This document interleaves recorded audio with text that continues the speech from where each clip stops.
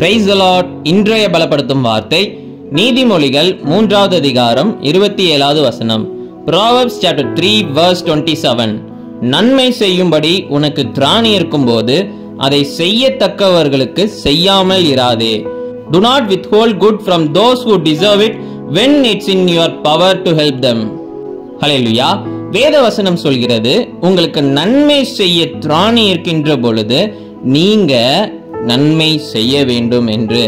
சில மனுஷங்க உங்ககிட்ட வந்து எனக்கு இந்த நன்மை செய்யுங்க, இந்த தேவைகள் இருக்குன்னு சொல்லி உதவி கேட்பாங்க.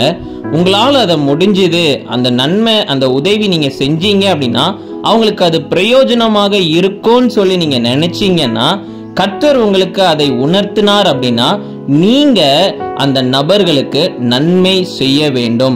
எந்த காரியங்களுக்கு அவங்க உதவி கேட்கிறாங்களோ அந்த உதவியை நீங்க செய்ய வேண்டும் என்று வேதவசனம் சொல்கிறது. அப்போ நீங்க அநேக மனுஷங்களுக்கு நன்மை செய்கின்ற பொழுது கர்த்தர் உங்களை இன்னும் அதிகமாக ஆசீர்வதித்து இன்னும் அநேகருக்கு நன்மை செய்கிறவர்களாக உங்களை உயர்த்துவார். அப்ப இந்த நாள்ல இருந்து நீங்க ஒரு முடிவு எடுங்க.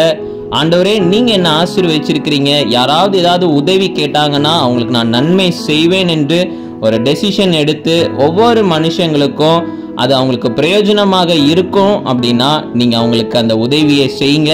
கர்த்தர் உங்களை ஆசீர்வதிப்பார். நம்ம எல்லாரும் கண்களை மூடி ஜெபிக்கலாம். எங்களை நேசிக்கிற நல்ல தகப்பனே, எசப்பா, அநேகருக்கு ஆண்டவரை நன்மை செய்ய எங்களை அர்ப்பணிக்கிறோம். அப்பா, சுவிசேஷத்தை அறிவிக்க ஆண்டவரை எங்களை அர்ப்பணிக்கிறோம். தகப்பனே, நீங்க ஆண்டவரை எங்க மூலமாக மகிமைப்படுங்க. இயேசுவின் மூலம் ஜெபிக்கிறோம் எங்கள் ஜீவனுள்ள நல்ல பிதாவே. ஆமேன், ஆமேன், ஆமேன். ஏழை எளிய மக்களுக்கு உதவி செய்யுங்க, சுவிசேஷத்தை அறிவிங்க. கர்த்தர் உங்க வாழ்க்கையில ஒரு பெரிய ஆசீர்வாதத்தை தருவார். God bless you. Have a blessed day.